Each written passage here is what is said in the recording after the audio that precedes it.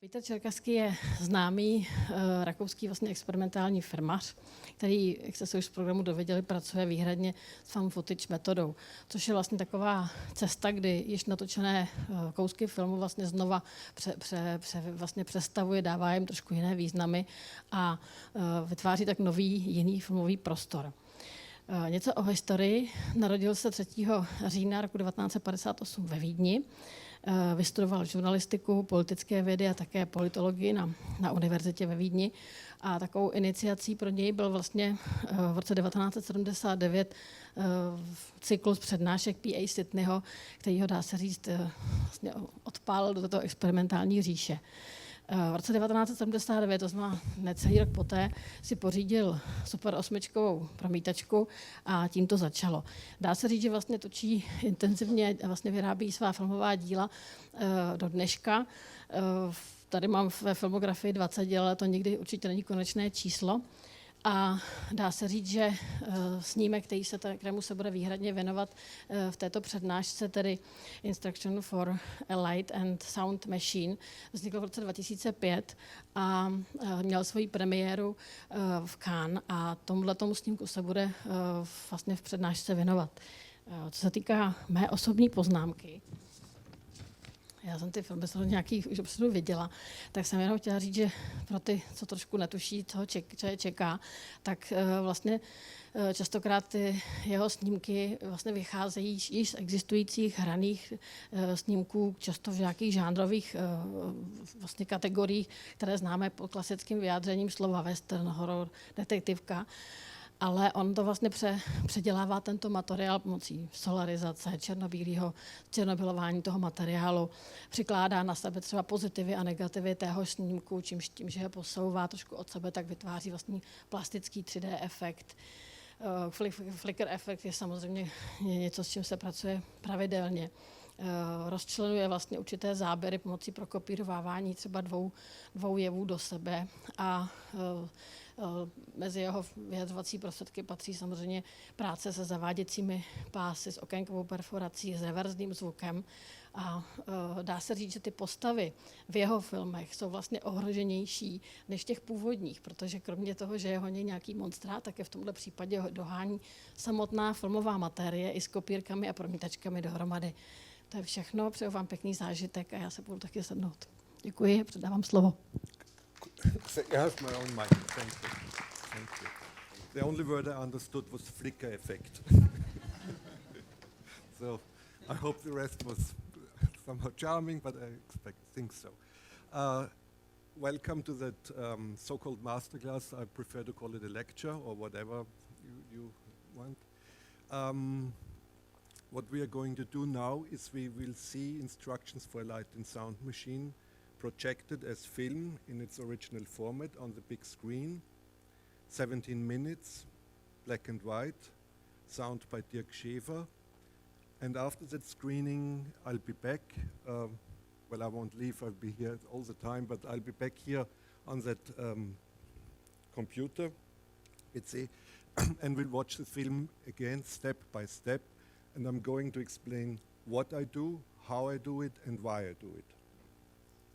And I hope that you, since this is originally called a masterclass, intervene heavily with questions. Since it's going to be a little bit technical too, but don't be afraid, not too much.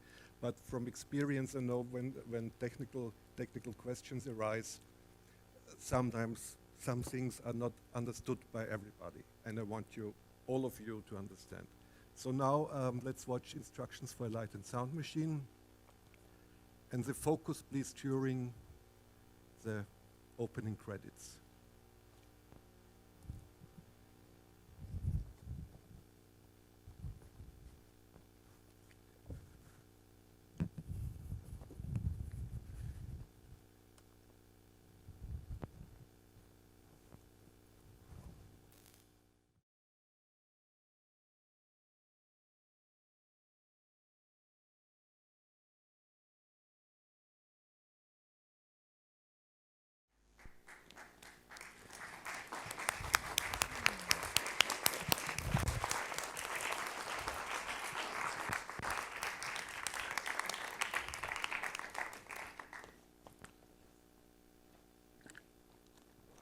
Thank you very much. We missed the closing credits. Once again, the soundtrack was made by Peter Tscherkassky, whom some of you might know not only from my film work, 2 films up to now I worked with Dirk, but mainly from Matthias Müller, the German filmmaker, and the early work was mainly the early work of Matthias Müller was was ist vertont? Vertonen. Made by Dirk. For those who came late, maybe you want to distribute your bodies over here in the center. I mean, it's to see more from the picture. Okay, the beginning is always the most difficult thing to get into the whole thing. So I suggest that we start with beaming that film. And whatever springs up to my mind, I will talk about. Václav, where do I have to push? Which button do I have to push?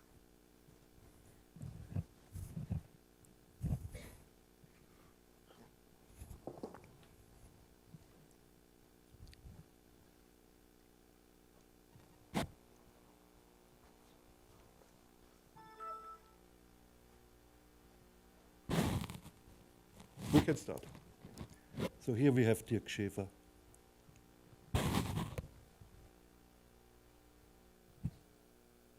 Thank you.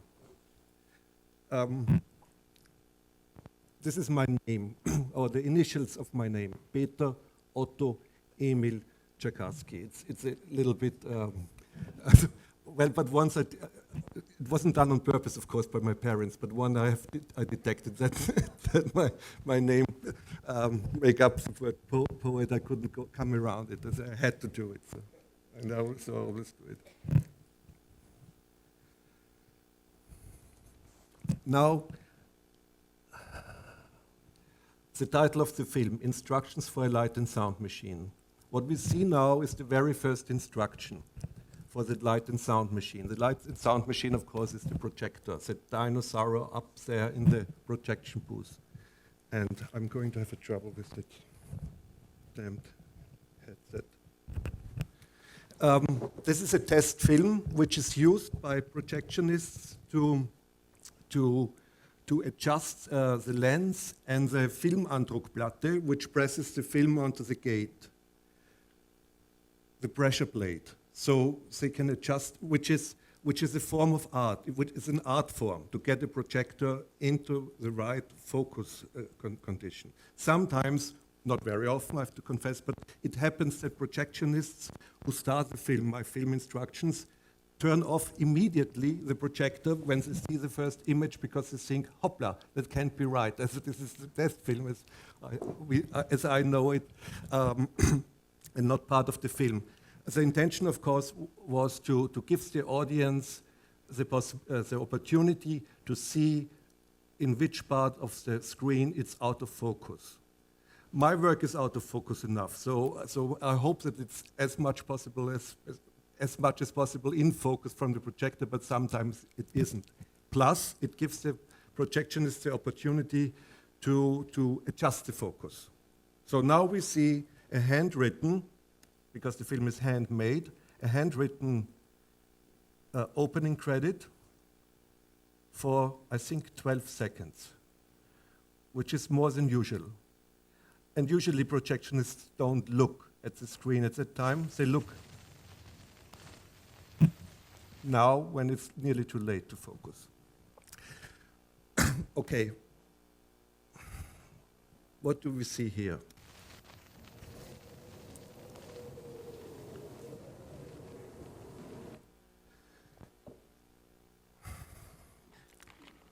My whole film is based on a film by Sergio Leone. I'm pretty sure that some of you have recognized it. Il buono, il brutto, il cattivo. The good, the bad, and the ugly. What was the distribution name here in Czech Republic? It's a famous film, I guess. Who knows The Good, the Bad, and the Ugly? Okay, practically everyone. So you know, this is a good guy from the Leone film, from the middle of the film. sorry, which is 3 hours long. I had a print of The Good, the Bad, and the Ugly, and I did what I always do when I start working on a new film. Most of my films are based on one single narrative film. And I take that film, I transfer it onto video or nowadays DVD, and watch it over and over again, and over and over and over again. In the case of The Entity, which was the basic film for outer space and dreamwork, which some of you might know, I'm pretty sure I've seen that film 100 times, which means I've seen it more often than Sidney J. Furie, the director of the film, or anyone else. What happens if you watch a narrative film so often? After a certain time, the original story starts to crumble and falls into pieces. And instead of the story, you start seeing, and most important, you start remembering single shots, single details within the shots, single actions, single movements, bits and pieces. And of course, I make a protocol, kann man sagen, protocol, yeah, write down every sequence, line out interesting parts. And that becomes my vocabulary for a new film, the vocabulary for my new film. So my intention is to create a completely new story out of the original footage, which implies that I'm usually not really interested in a kind of dialogue with the specific genre the film comes from, or the specific film or in the story in itself. Here I use that as what I call him the universal watcher. He's a kind of a stand-in for us as the audience, and a stand-in for, you might say, for the filmmaker. He's using an optical device which contains lenses just as the camera. He's opening the window, which he will close once the film is over, like that famous notion of André Bazin, the cinema is a window onto the world, and he starts looking, the universal watcher.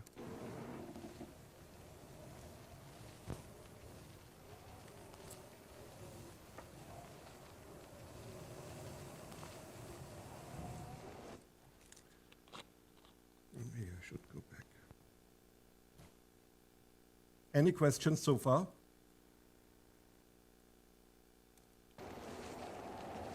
None.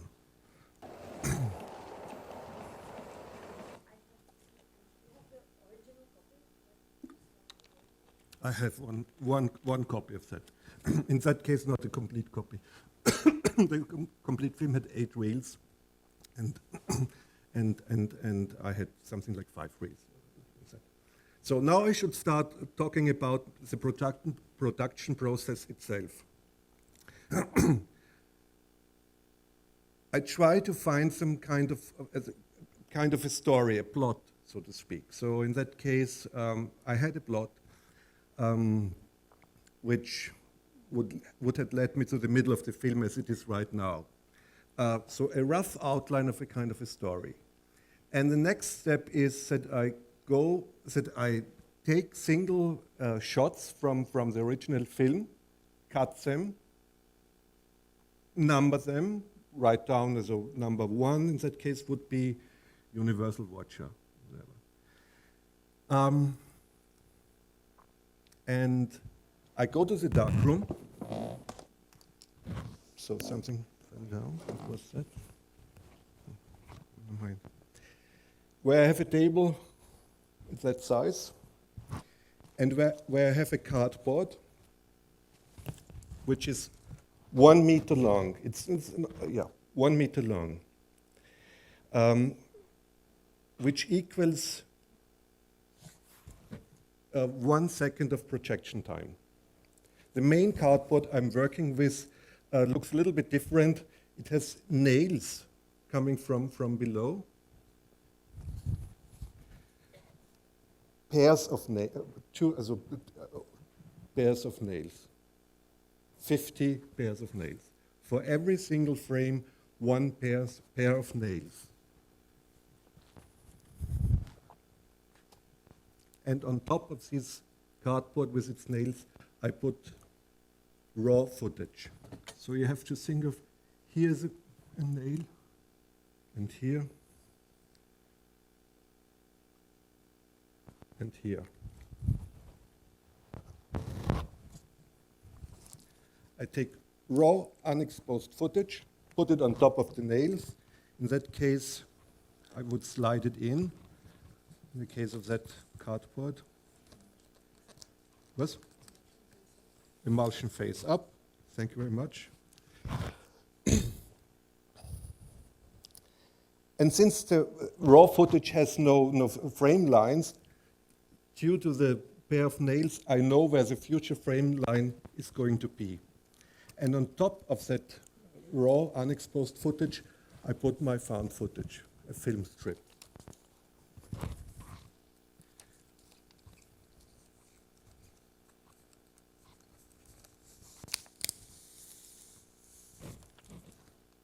Upsala, didn't work. Anyway, you get the idea. Frame line according to the nails. Questions? No. Yes? Red light or dark? Good question, important question. I work with autochromatic material, which means I can use a tiny little bit of red light. I use with a special material which is autochromatic but not really blind towards red. It's just desensibilized. So it has tiny amount of red light. But I do need that. I have to be able to see what I'm doing. So what happens now is, in that case, in the case of that picture we see here, I looked for shots with men riding in a great distance. And we are entering the film, and I call it the gathering of the actors we're going to see. And then I took a tiny little bit of black leader plus an office hole puncher. Cluck. Just one hole into the black leader, right there where that riding man is. Here we see Tuco in his search for Clint Eastwood to kill him. Most of you know the story. Then I sit in the dark room. I take my tiny little hole, put it on top of the film strip, and copy through that hole.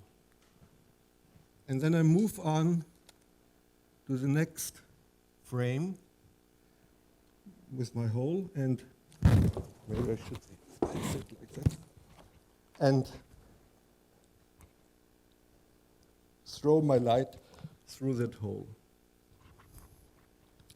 Some of you already might start wondering why red light works since it's autochromatic material. It's so strong, the laser light, that it does work. And since it's not really autochromatic. I had made experiments with real autochromatic material. It did not work. It has to be that relatively expensive special by some German company, tiny little company. Questions? Yes? Is the red light just the one you started with, or could you use a white light, or is there a reason? I could use a white light. But why but the it red would be light? so intense that Too intense. Yeah. would be completely black, the Okay. result. And white is the result.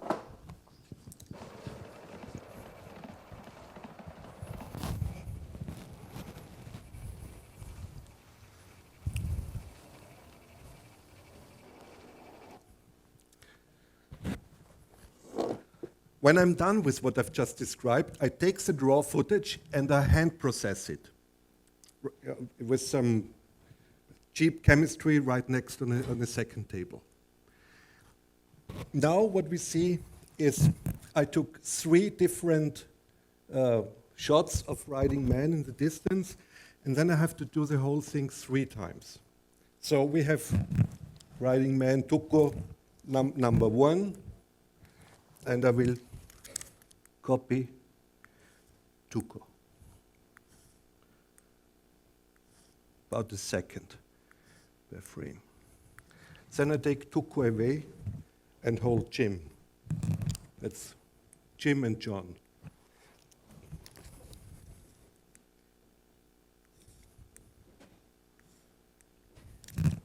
Once I'm done, I see I'm boring. So I have to speed up. Speed up. Then I take, I don't know who that is, let's call him Bill. And I do the same thing with Bill. And when that is done, an hour of my lifetime is over. I've listened to maybe one wonderful CD, and I hand process it.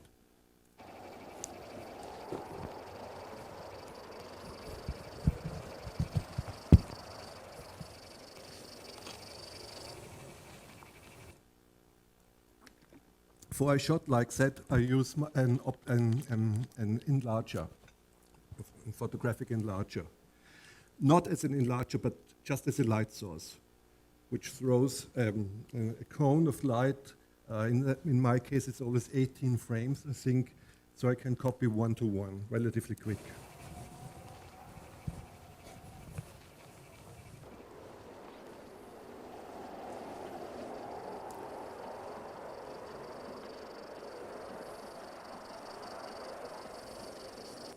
I don't know if you can detect as the writing people. It's not important. Here's 1, and here's 1, and here are 2 more.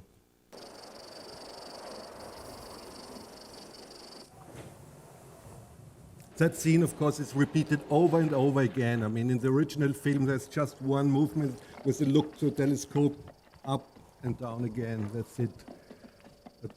But of course, I can. Sorry? Yeah. Maybe I slowed it down, but it's too specific now. How I did that. So, and now the gathering is completed. All folks ready for the hunt against Tuko. Screen opens up. And again, we have a watcher, audience, or viewers. And here's our hero, poor Tuko, being watched by us. And immediately he feels somehow uncomfortable. Completely different scenes from completely different parts of the film. Relatively late within the film, early, very early in the film, looking to the left, looking to the right. This is immediately before I shoot it.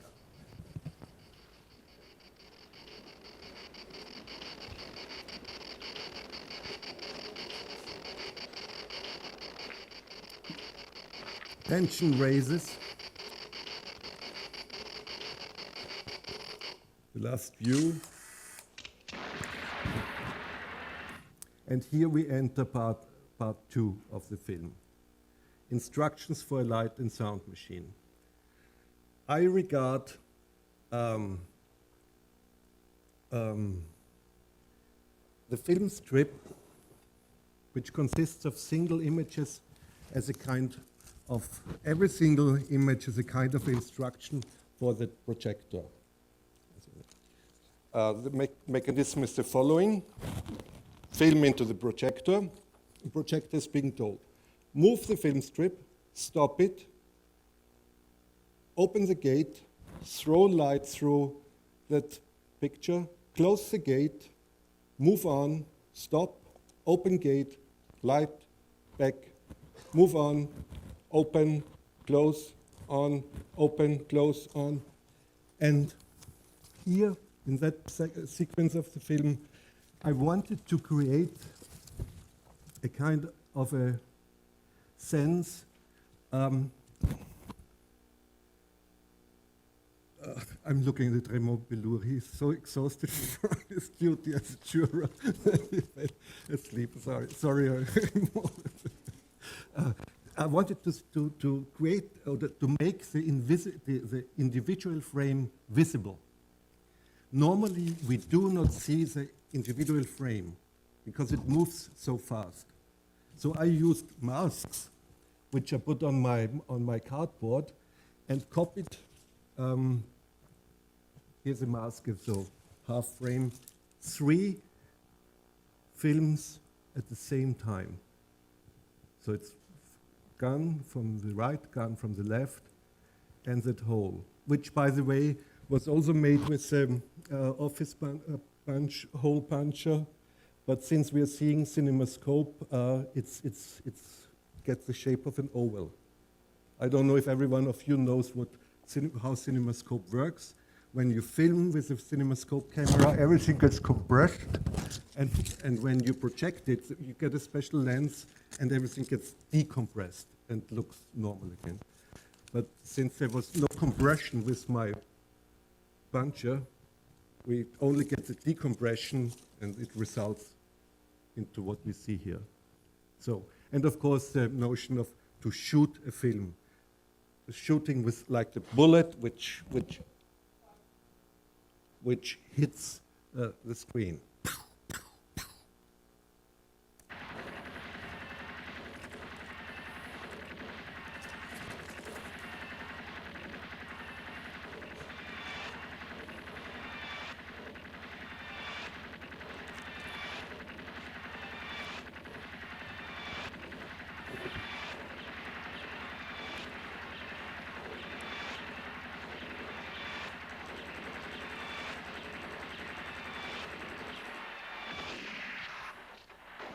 So that's a freeze frame. So when it's what did I do now? So where I copied the same frame by moving it along on my cardboard over and over again. So let's 10 times, then the next frame 10 times, and then the next frame. So that's how I get the slow motion.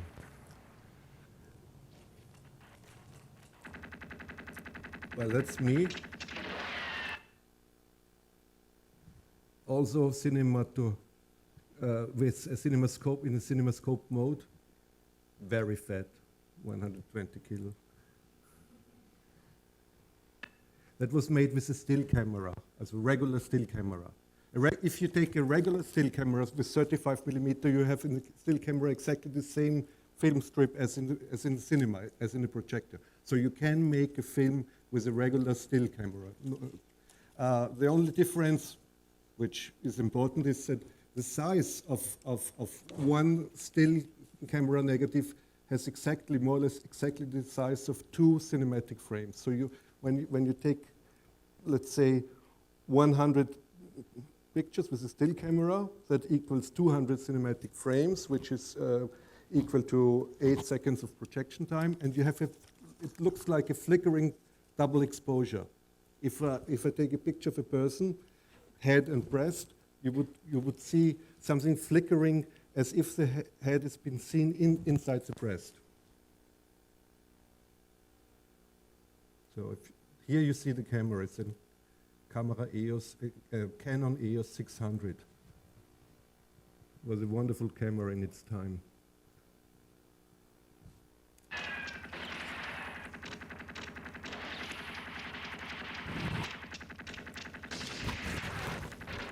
So here, sort of established as the filmmaker, as the one who is controlling, godlike, looking from above, whatever is happening. He is at my mercy. That what is so? He's my victim, and I can do with him whatever I want.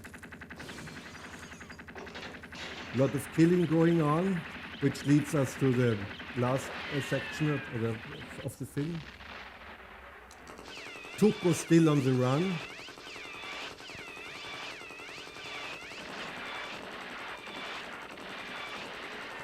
So try to see how the continuous flow of the images is somehow interrupted, and instead you see the individual frames, or at least that was my expectation at home.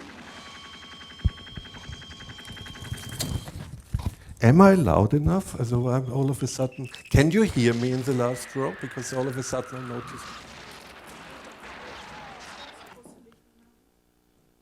Shall we turn off the big light and turn it down? Can we pull down the light, please?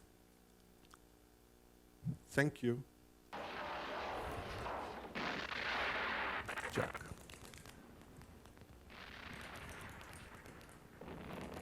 See, from above. And now the torture sequence comes, follows. Jesus. I don't know.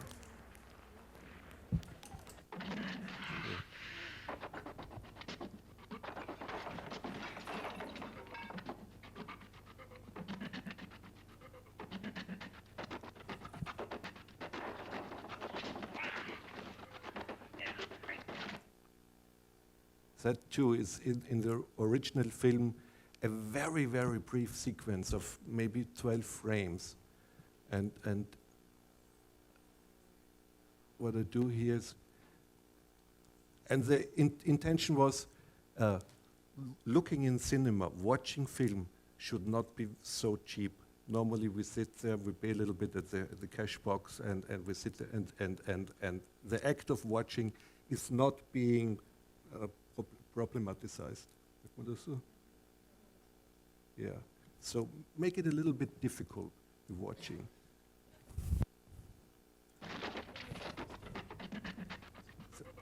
Question?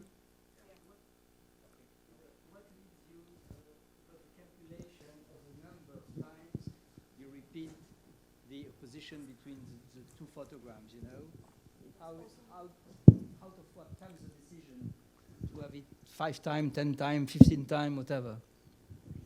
The alternation. Well, the alternation is within from frame to frame. I know, but Yeah. how comes to you the decision to adopt a certain length or number, if you want, of repetitions of the same alternation?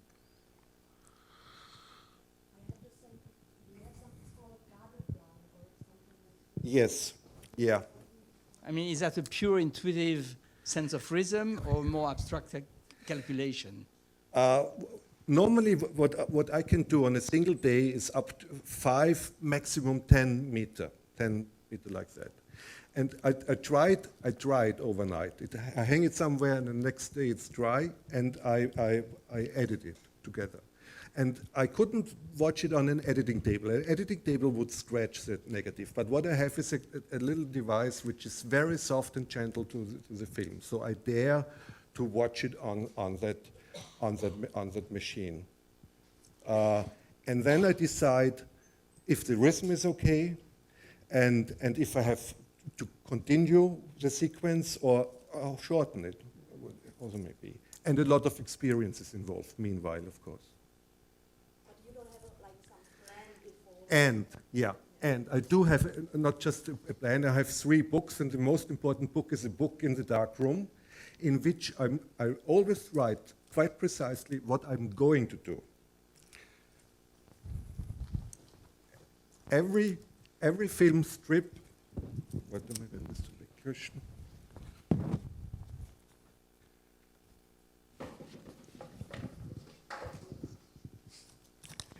every film strip gets a number, just as the individual takes from the found footage has a number. This might be number 15. So this is my 23rd meter after starting the film. So it's equals 46 seconds. Also within the film, 44 till 46 seconds. Because 1 meter is 2 seconds, just to remind you. Then I would write down that I'm working with found footage shot number 19. It's the 19th shot I took out of the found footage. And then I would write down, for example, if I use the photographic enlarger, aperture, 8 and 5 seconds of exposure time. And that is combined with take number 5 with the pointer. Because I'm only copying, let's say, the face of Tuco.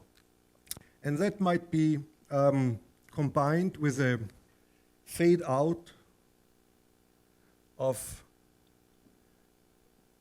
take number 21 with the enlarger. We have aperture 11 and 6 seconds of projection time. Fade out is made in the way that while exposing it to the light, I'm slowly moving a small cardboard along the footage. Yeah, that blocks the light.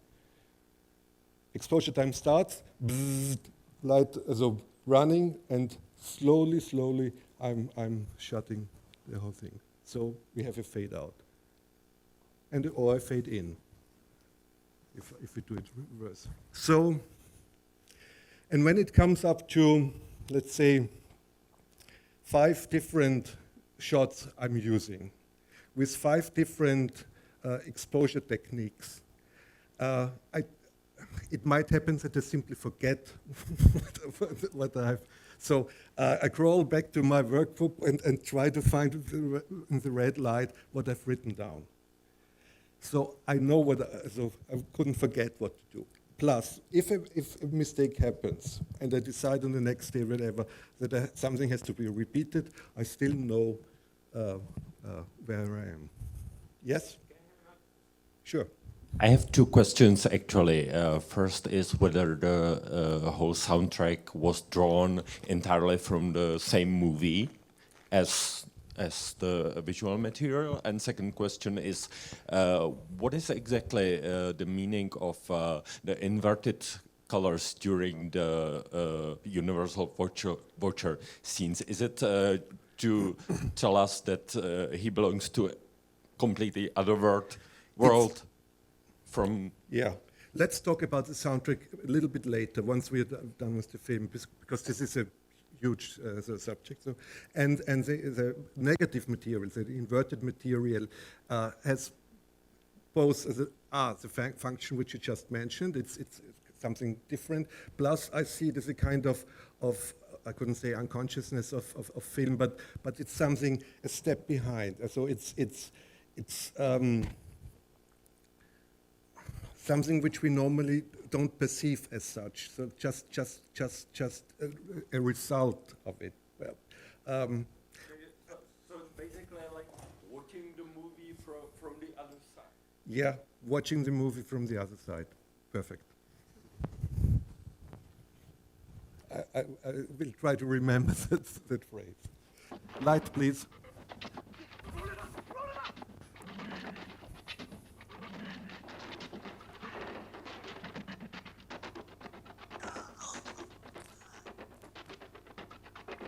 That was a mistake that happened with the perforation holes, but I decided to keep it.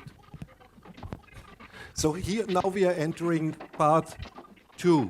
No, it's 3 by now of the film. Moving away from the individual frames and trying to create a sense for the film as a strip, the film strip. A long strip, hundreds of meters running continuously through the film projector. And the metaphor for that film strip here is the gallows, on which Tuco is hanging here, that sequence. He is the victim, also he is here, a victim of the gallows. Can man das so sagen? Where is it? Yeah. Here we have a sequence I took from Pier Paolo Pasolini, Arabian Nights. It's a dream of a lady with a pigeon caught in a trap, and she tries to escape. Now we see several pictures of Tuco's fantasies to escape. And the film strip starts swinging. Perforation holes cut away, just left the strip itself without perforation holes, and swinging back and forth and back and forth. And still, and we see the frame line. So the board of the frame, which we usually see, is crossed. So we also a sense of the film strip and the individual elements, the frames it consists of. Another frightening vision of poor Tuco, taken from his search for the gold at the graveyard.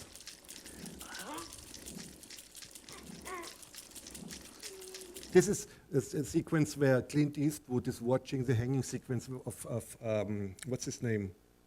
Eddie. Anyway, where Tuco gets him, where all of a sudden the gun enters, in the original film, enters the frame from the side and points directly to the head of Clint Eastwood. It's such a masterpiece. The Good, the Bad, and the Ugly, one of the 10 best films of all time. Again, Pasolini and the running deer. Here he's riding away, the pigeon flying away, fantasies of escape. Here we see Clint Eastwood doing his trick, and here come instructions for a light and sound machine. There's a certain sign system, a coded sign system, which surrounds analog cinema, used in the film lab and used in the projection booth. Here we have everybody of us knows that the famous countdown leader so the projectionist knows when to start the projector. 10, 9, 8, 7. Here, of course, it's used as a, was ist so Zielfernrohr, was könnte man sagen? A target.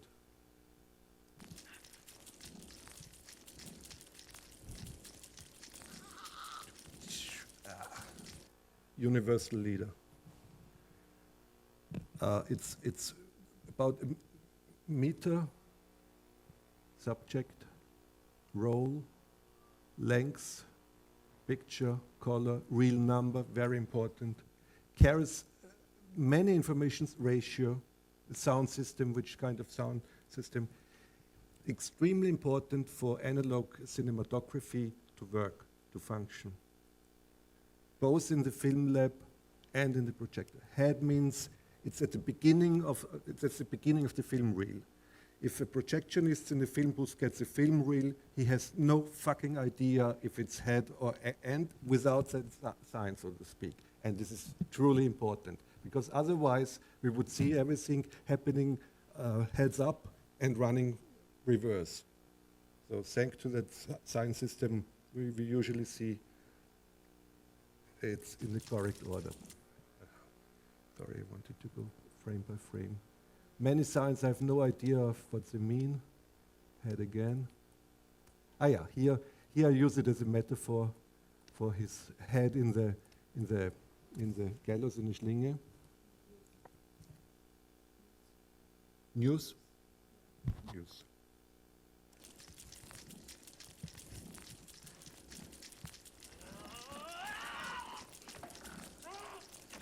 So he starts swinging again, swinging. In the original film, this is about 5 frames, which are used to copy over and over again, and back and forth.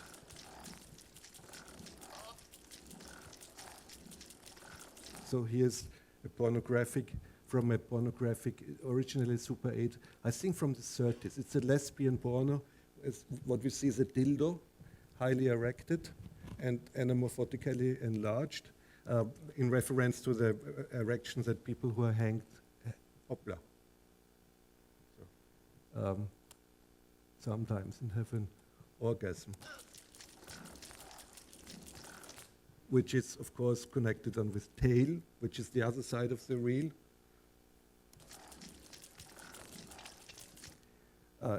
That's a sign for the editing room, for the cutter, inserted in the negative, and which simply means cut here. Here it stands for a symbol because for the castration, for the act of castration as a metaphor for being hanging on the gallows and being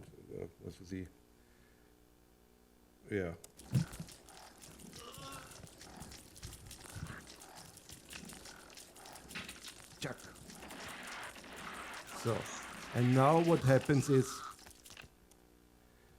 that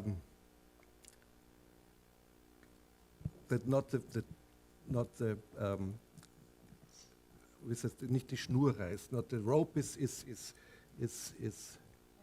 tearing, but the film. So Tuco, right here, is dying the filmic death. That should move backwards and it doesn't. Got stuck. Shift and F. Am I doing something wrong?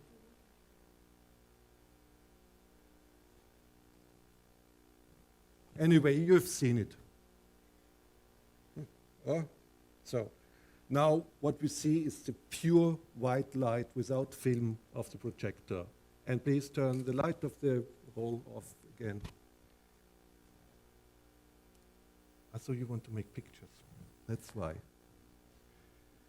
So, and slowly, shades of gray, shades of darkness come back, move in, start to form new pictures,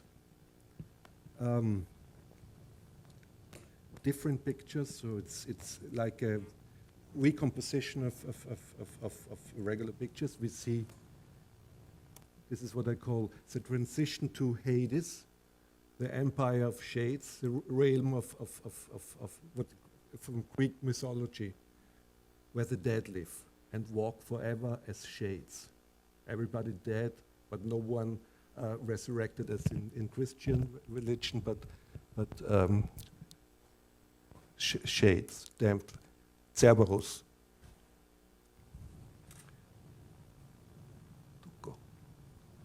So, and now he has arrived in Hades. And moving back and forth between negative, positive, because every positive film image is a shade of the negative. The negative is the origin, and it moves back and forth, a filmic shade, and nothing else but a filmic shade. This is not Eli Wallach, it's not Tuco, it's a filmic shade. And he's quite relieved for having escaped, quite happy, but that won't last long.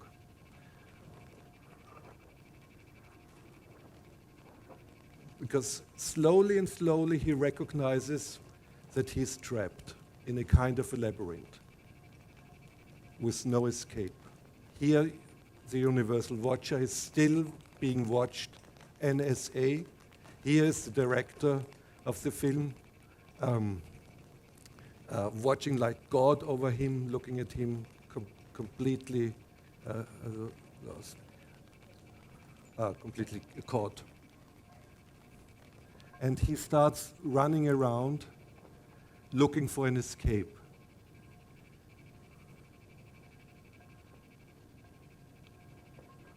And he's caught in a loop. I mean, always returning to the same spot.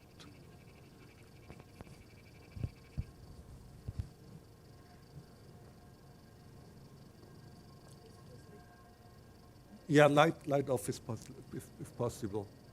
So, and Sergio Leone created 3 panning shots over the graveyard with 3 different, relatively short, with 3 different speeds. And this is the main basis for that sequence which follows. What we see here are dead people lying on the street, which for me stand in for not moving like freeze frames. Film consisting of stills, film consisting of individual photographic, not moving images. This is the basis of cinematography, which we here in Hades encounter. Also, many instructions. What you see here is burned film material. I took a magnifying glass, went into the garden, and started, like the Hindu do, I think it's the Hindu who burns the dead, started to burn the dead. Instructions for a Light and Sound Machine is a film about film. It's a film about classical analog cinematography. And this is one of the features which you can only do with film, burn it, and it still has a beautiful result, or a result you can accept. If you do that with video, not good. If you do that with a hard drive, no good idea. So here you see the marks of the magnifying glass, the burning.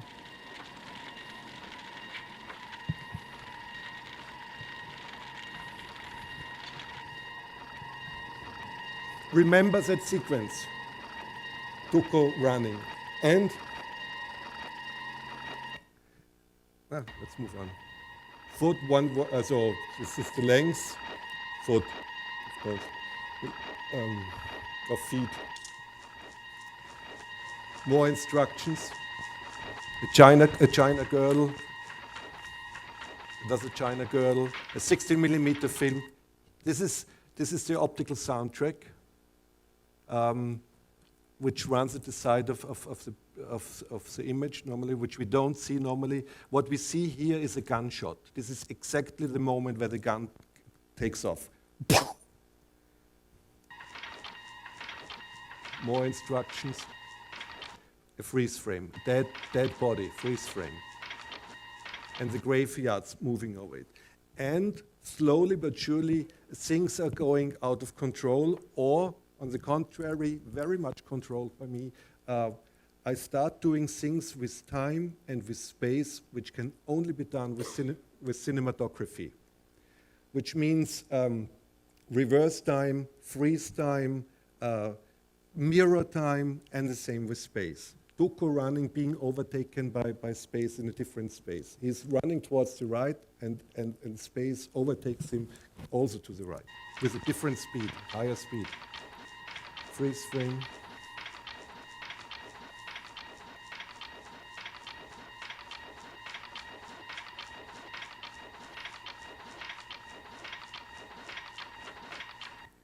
This is so beautiful.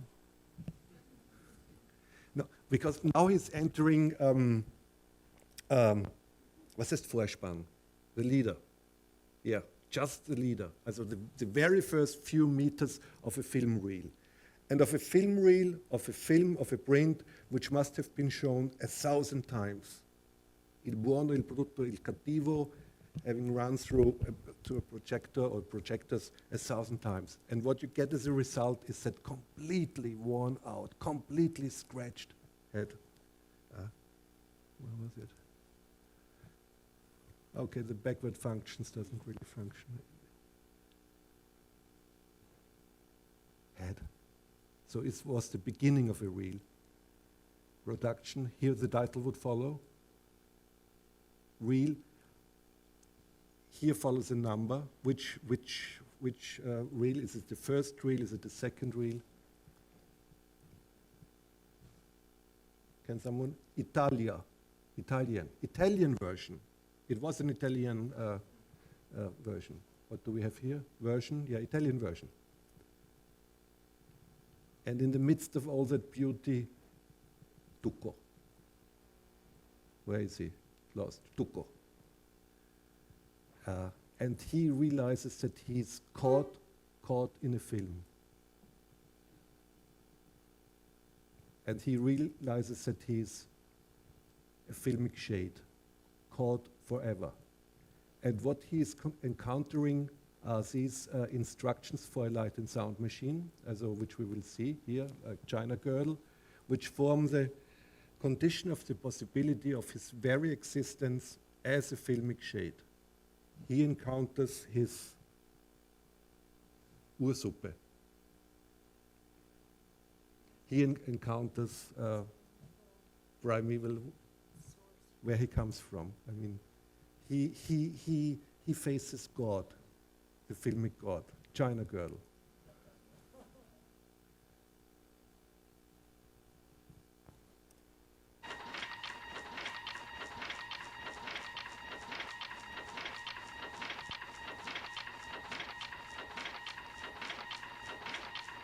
I mean, we could watch every single frame of that. Here's more burning going on.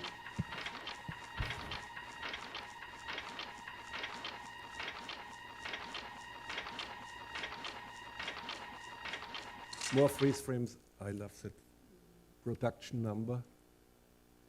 Look at that.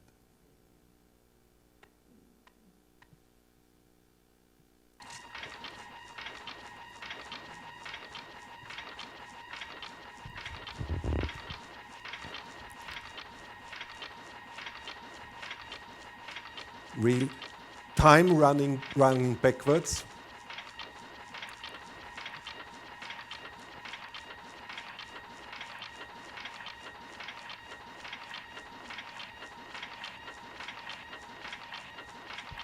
This is an interesting sequence where you have, I took 2 tiny little bamboo sticks and I would cover partly as my footage and copied a panning shot to the right, and then I moved the 2 bamboo sticks to the other position, so which was exposed before, and now uncovering the covered version from before, and copied a panning shot to the left. So you get a movement left, right, also no, left, right, left, right.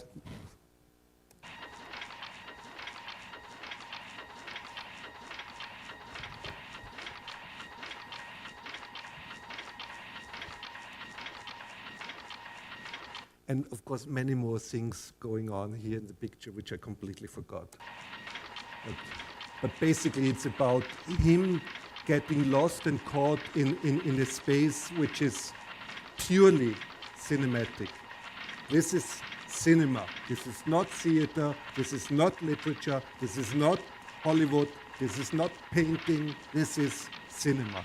Here we have the mirrored time. No, yes, mirrored time. Space opening up. This is from a different film, just a tiny insert. So as if he's falling into that space. And now he's more or less encountering frozen time. Space completely getting out of control. Here's a freeze frame. Freeze frame. So he sees himself as a freeze frame right here. Jack. And now I ask you to remember a scene when he was running through the graveyard. Was heißt betreten? We entered near the end of the film, one of the last sequences, where he's running through that graveyard.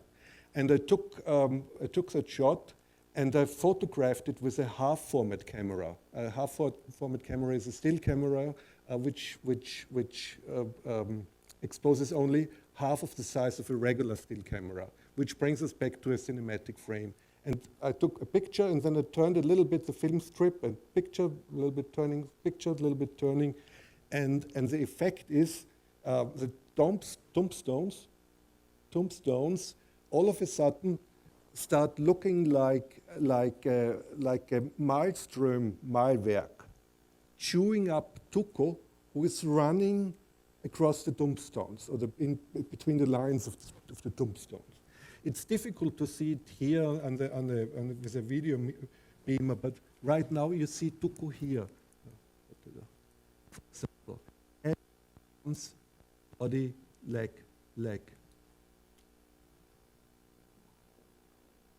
Here too, a leg of Tuco running. Tuco running. So I let it run. Speaking of running.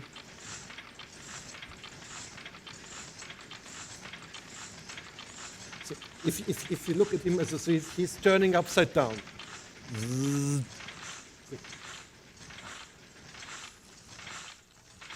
That's me shooting with the Super 8 camera, shooting at him with a zoom. And here you have the milestone. While copying that, I used 4 different film strips, and every single perforation hole, no, wie sage ich das? Oh, scheiße, that's so complicated. I tried to get 4 rotation centers by moving the 4 film strips, so one perforation hole up and copying, one up, copying, one up, copying. So I get 4 different rotation centers, so the whole screen really gets a mess, with the only purpose to eat and chew tuco.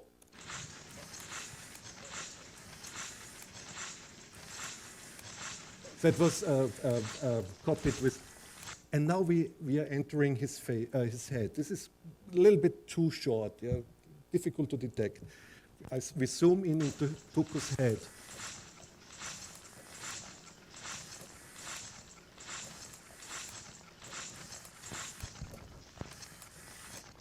So now we've reached the inside of his head or whatever. Anyway, we see what we see. And this is an extreme enlargement of something.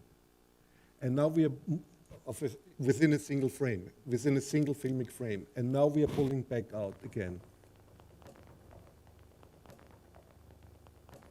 Still extremely enlarged.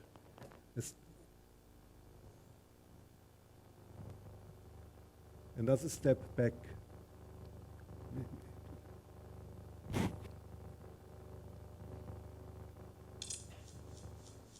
Another step back.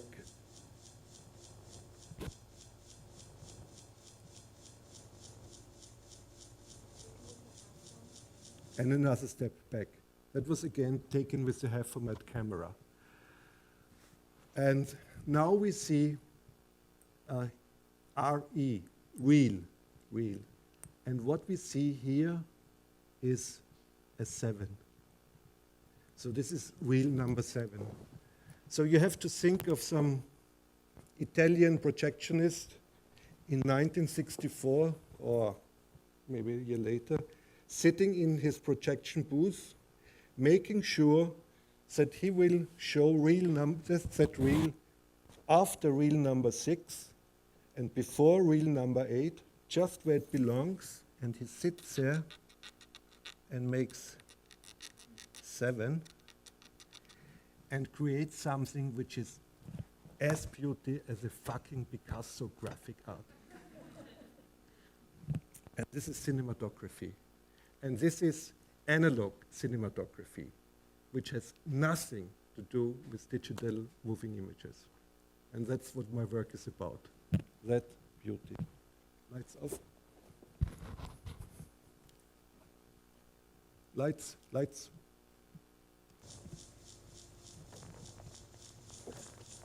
More as a start out. This is so.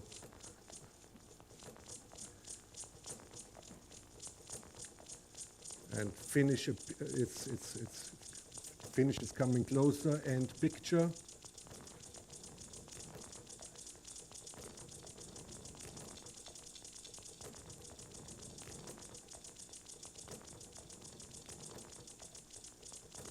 Picture Tuco running in for the very last time and freezes. Tuco is a freeze frame, and now the graveyard mirrored like the mouth of a huge shark or some animal swallowing Tuco, and is swallowed by the universal watcher, who closes the window, which he had opened in the first shot. Soundtrack Tscherkassky.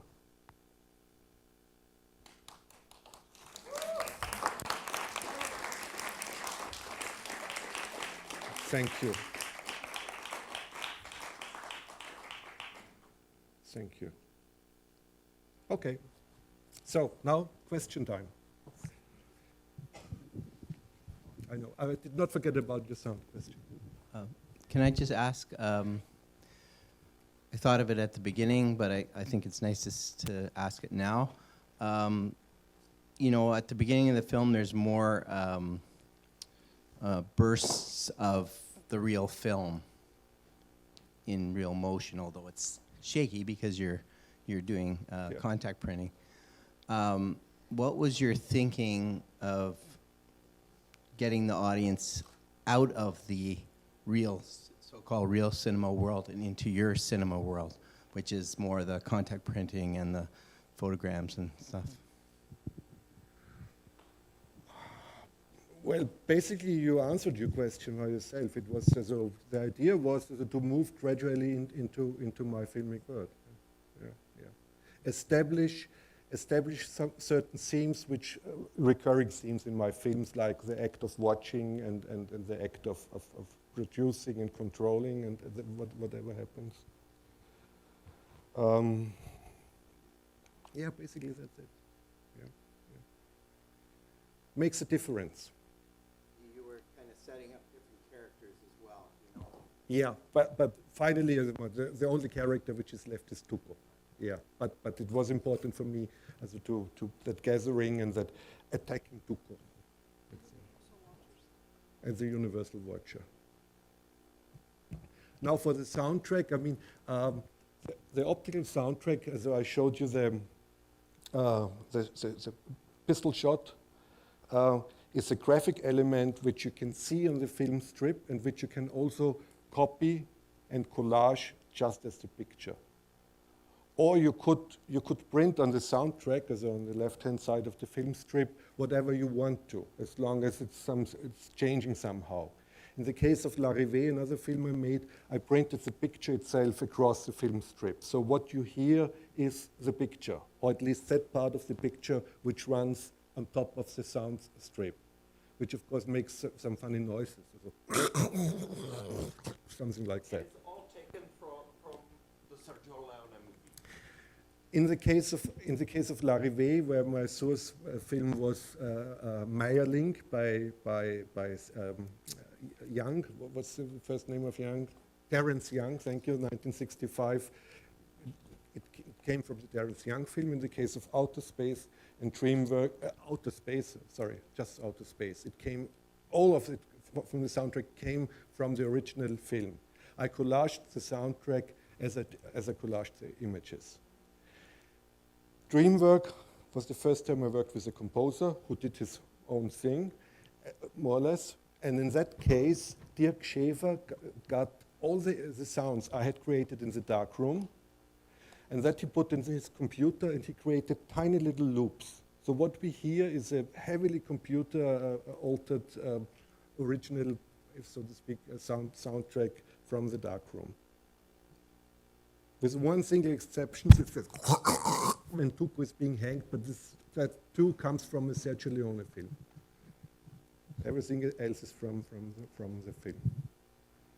Could you please share with us how do you select your source films? Is it ad hoc, pure coincidence, or do you have idea? How to create that? And the last, very practical. Do you need to have some permission to work on it? How does it work? Question number one. There are found footage filmmakers who deliberately look for the footage they want to work with. My dear friend and colleague Martin Arnold, for example, is one. I have more the Kurt Schwitter's interview. You can make art of everything, even as a garbage, and create something new. So I take what I get, what I find, and I don't look specifically for it. In that case, as I was lucky, the film print should have been destroyed in a cinematheque, but I promised not to tell where it's coming from. So, sorry, that's the second question. And no, I do not seek for permission. Nobody does. I mean, I'd like to tell that tiny little anecdote.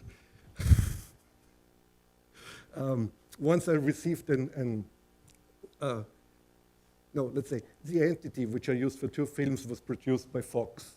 And once I received an email from Fox Searchlight.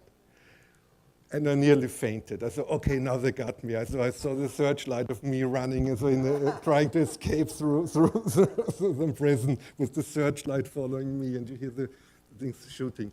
And then I calmed down and I started reading. And I read, we have heard about your film, send us a copy.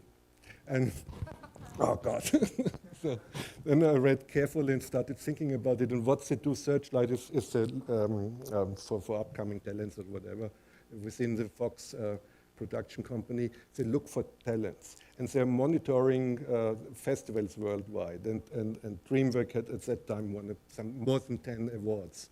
So it was natural for them to send me that email. And I said, well, I don't think that you will be interested in my film. I think so I'm scratching and painting on film. And they replied, this is exactly what we've been looking for, someone who paints and scratches on film. And I never responded to that. So I just kept quiet and stood still. But in any case, I mean, I'm altering the material so heavily that it might be considered fair use. I mean, this has nothing to do with the original film. Yeah. And there's no money involved. I mean, they would, even if they go after me, I mean, this is useless. Lawyers would cost more than they could get from me. I have a rather personal question, and I completely understand if you want to keep it as a sort of cinematographic enigma surrounding your work, but it's pretty obvious that creating a movie like this is pretty elaborate process taking months, probably? Years. Yeah, Two okay. years. Okay, so the question was, could you tell us what your day job is? I don't have a day job.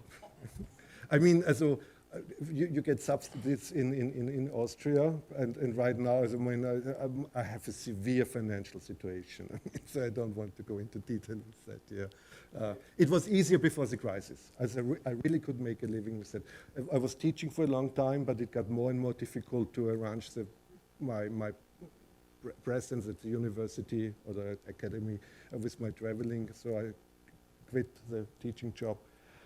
And otherwise, also, I write, I organize events, and try to make a buck somewhere.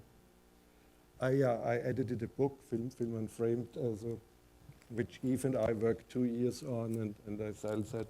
Plus, I have 3 distribution companies in Vienna, Paris, and San Francisco, so I earn some money through that too. I sell DVDs and books.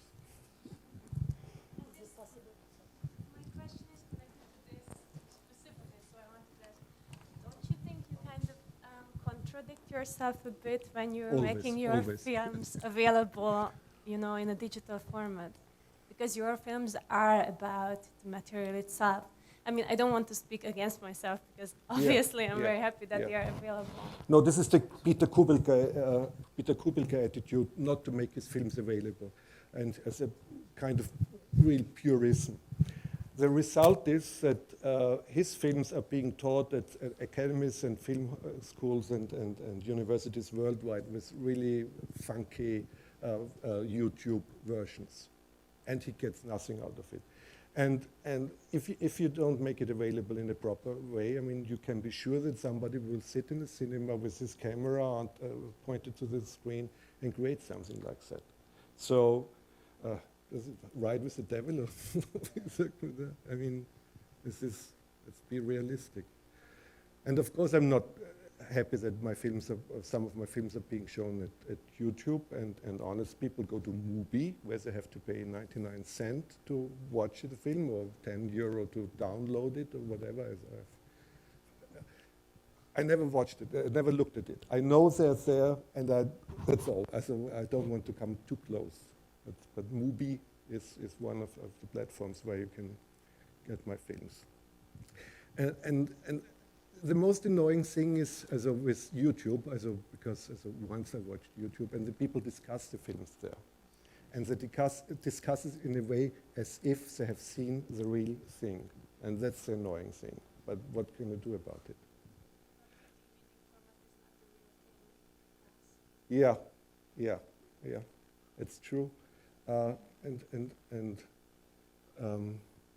soll ich sagen? I mean,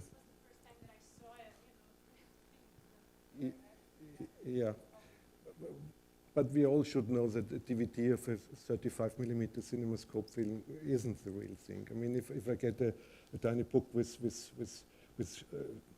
opera libretto, I know it's not the opera. It's something, wasn't it? Yes. When I relate your title, Instructions for Sound and Light and Sound Machine. It made me recall some analog, when you were talking about punching holes manually. I don't know if this is also a similar process. When we get to the color grading of the films and we have the A-B rolls, the technicians would punch on the side of the film. It's not exactly what's happening here, but I think I'm asking a question because maybe I feel I belong to your dinosaur technology as well, having worked with film. But they would punch the side so that it would give instructions while the color grading would happen for the lenses to adjust. Is that are you familiar with that process? Do you also use that in Austria? Yeah. I know that it exists, but I have no AB, and I have no color films. So just black and white, and just one reel with my original negative. Of course, what happens is that it shakes the film every time there's a color change. When it runs to the project, I think when they marry the A and B roll, it creates that. But for a moment, I thought you were talking about punching those kinds of things. No. But it was very physical in the same way. Absolutely. And I've been punching with needles and nails too. So I like punching holes, but mainly inside the film strip and not in the edge of the film strip.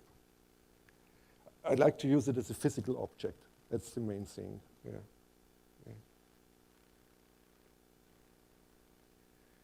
And somehow we will survive as the dinosaurs. I mean, you mentioned it earlier this morning.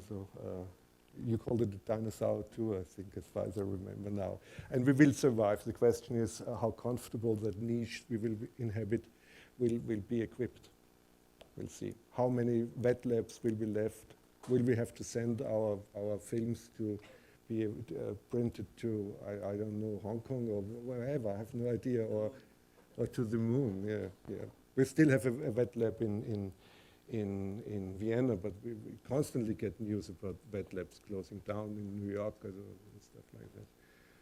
But at least Kodak has decided to continue producing analog film for the shoot, not for the print itself. So the real problem are the projectors. I mean, since all the cinema are being equipped with digital projectors. So the last remaining places will be a handful of cinematheques worldwide where these films can be seen in its original format. And right here, especially in Ji.hlava, we saw several films, digital transfers of analog films, and somehow it looks like a lie. It looks fake. It's all of a sudden it's so abgeschleckt, we say, so neat and clean. Maybe that changes when the technology evolves and it's being refined. Maybe 8K is the solution to our problem. 8K, sorry. So instead of 2K or 4K or 16K for CinemaScope. Antiseptic, yeah, exactly, antiseptic. But I have also, don't get me wrong, I've seen a tremendous amount of really, really strong, beautiful digital work here in Ji.hlava, this festival, having the privilege of being a juror. It's amazing, really strong work. But it's a completely different aesthetic. And right now we are reaching that stage where digital art, digital moving images leaves the age of bubbling. Das ist diese babbling, so the Leitsprache. And starting to, and the more it's away from, the more it looks different from classical analog cinema, the stronger it is, as always. I mean, all of a sudden we get artists, young artists, who think completely different, not having been raised and socialized with analog cinema, but right from the start, from childhood on, video around and computer around and yeah, developing completely different thoughts of what is possible, what can be done, how could it be done, and moving different directions. But in my lifetime, I will not change. I mean, I could, yeah. This is obviously it's a completely different media, digital things. All modern art is based on its materiality. The rise of modern art at the end of the 19th century is deeply connected, not only connected, it's intertwined completely with the discovery of the materiality. All of a sudden, artists started to look at the materiality and asking, what can be done specifically with that material I have at my hands?